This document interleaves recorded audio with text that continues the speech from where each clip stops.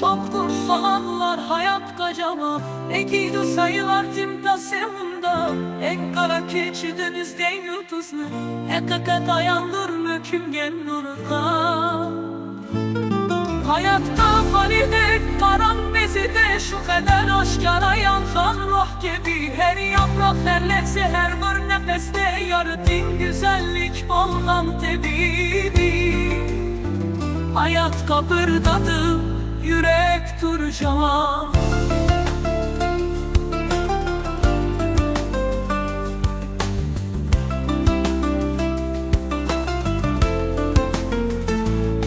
Sükütke köndürge arzunu eydir. Gizmekni, örleşni, eslesni bilin. Çünkü bu andu bezer yapılır. Hayatta baturlar şebe tuştur cama. Bir tançe dengizde okyan körüne. Heyvetlik dağlardan edekler geçer. Yol koyun bularda sizni büyüter. Bir zehindir hayatta cevap.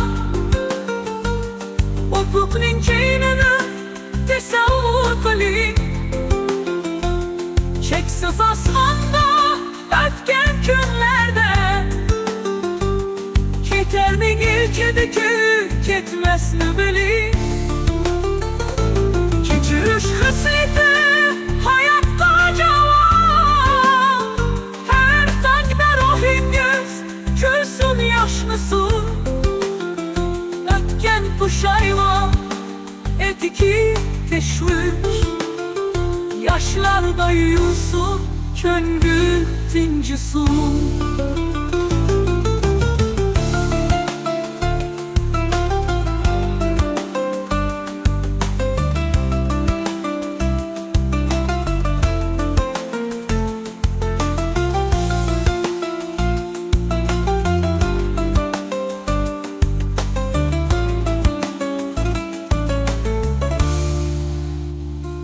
Çonkur söylüdü hayatta cevap.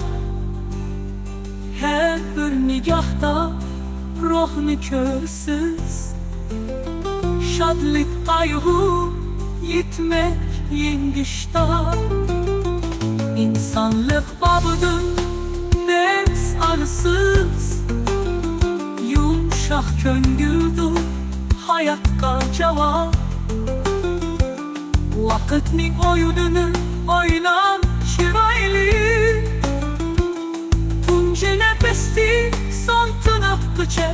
Tügeş aldıda durgan hemmige. Koyun yengi hayatlı. Yumuşak gönüllü hayat kaçala.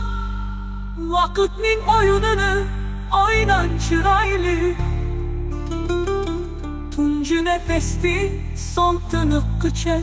Tügeş aldıda durgan hemmige. Koyun yengi hayatlı.